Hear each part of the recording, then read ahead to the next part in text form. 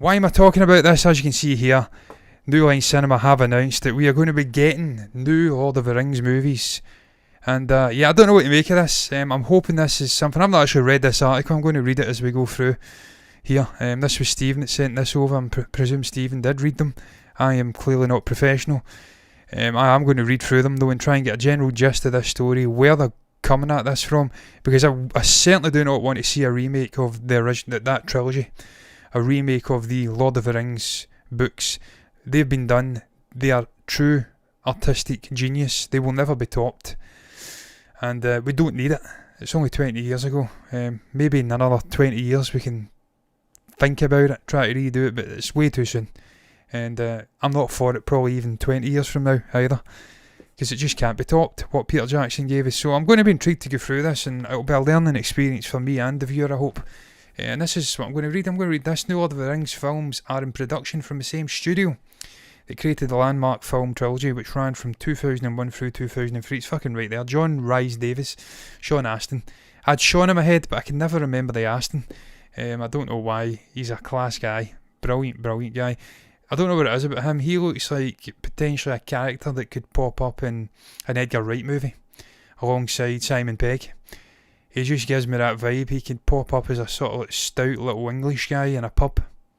Not even a primary character. He's just like a side character drinking stout and sort of glaring at the Simon Pegg protagonist.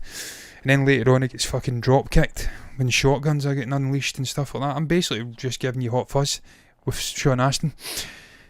He's always struck me as being that kind of guy, but yeah, he's a brilliant actor, brilliant dude.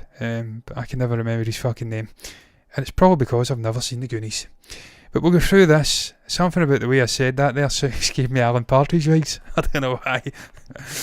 Oh, I love Alan. But this is what they've said. The films which brought the world of author J.R. We know about this, man. We don't fucking care about this shit. Get to the meat and bones of this. Today, Warner Brothers Pictures announced that, sound right, that the New Line Entertainment and Middle-earth Enterprises are collaborating on multiple feature films set in the Lord of the Rings universe. This multi-year agreement came after New Line acquired Middle-earth Enterprises.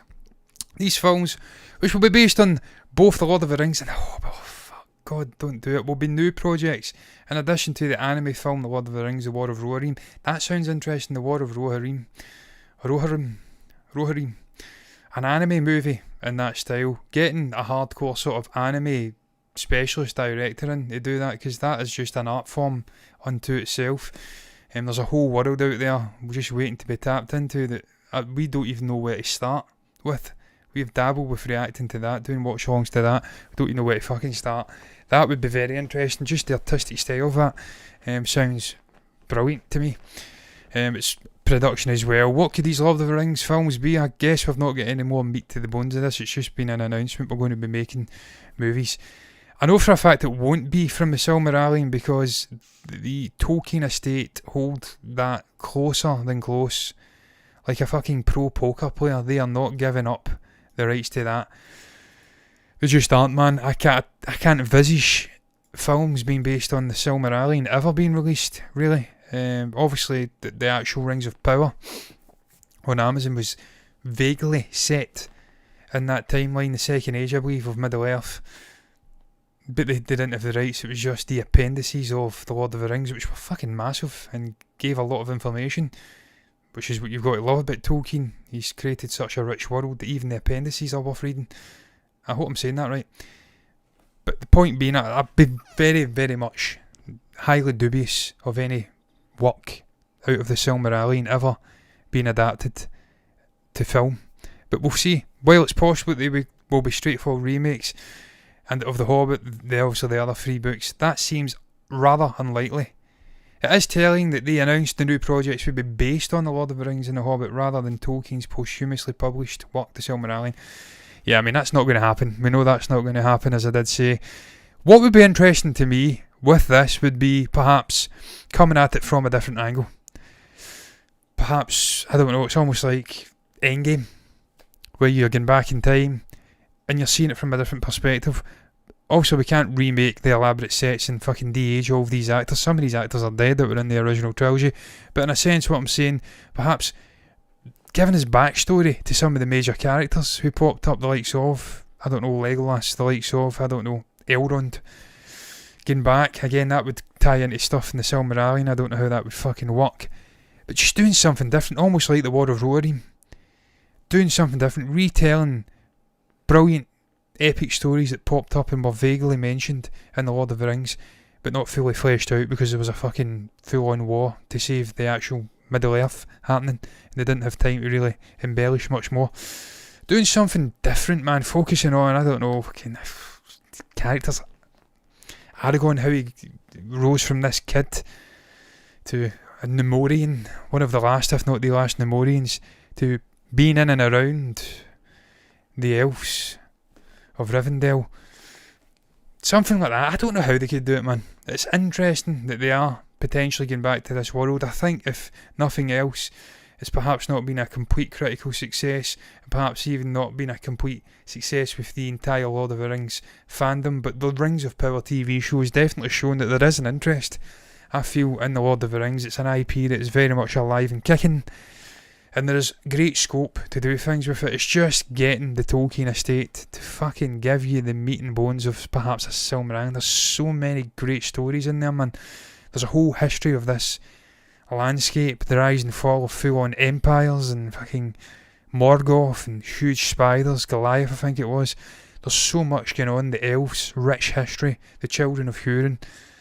There's so many incredible characters in this incredible world over millennia, and you could just tell hours and hours and hours and hours and hours of great content via TV, via fucking multiple movies in this world.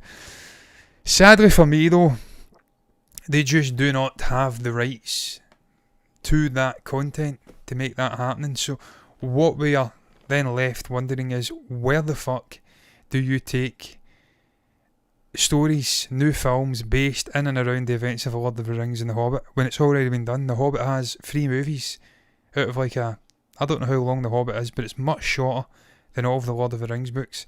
It's a children's novel. It was intended for children. It's now became universal, multi-demographic as times went by because it's a fucking great book, but initially intended as a children's novel. The Lord of the Rings has been done, as I says without repeating myself, it's some of the greatest cinema ever created from Peter Jackson, from Winged Up Productions, as Stephen did say. Where do you take these new movies? How many movies are we going to get? Is it just 1 or 2? As you can see here, focus on, I mean, even if the new story choose not to focus, how can we not focus on the iconic characters in and around that story though? How can we make works based off of The Lord of the Rings and not focus on Legolas, Gandalf, Aragorn, Frodo, Meriadoc Brandybuck, Peregrine Took? How the fuck do you not do it? I mean, you have got the likes of Tom Bombadil, who was an interesting, sort of strange character in his own right, who was famously cut out of the Jackson movies because it was a slightly meandering and incredibly slow part of that first book. Something that I almost always want to get over as soon as they happen upon it. The forbidden, what was it, the old forest? I'm trying to remember the name now of that forest based in and around, obviously, the Shire, at the tail end of the Shire, next to Bree. I always wanted to skip by that because it's so fucking slow and it takes place over like a week and it bogs the original story down so much. And I was glad that Peter Jackson, in hindsight, when I read the books afterwards, that he cut that character out. As interesting as he is, he ain't enough to be focusing on for a movie. So it really comes down to what they have in mind here, what their intentions are for these movies. That will make or break whether I am on board for this. If they're going to remake the original movies, forget about it. I will not even entertain it. I will not be in a theatre watching it. I don't give a fuck who they cast. I don't care how much money they throw at it. You ain't beating the Jackson movies. They are the gold bar, the diamond bar, the platinum bar. It ain't falling. And then, as I says, what have you got left after that? I don't know. It's interesting. Time will tell where they're going to go with it. But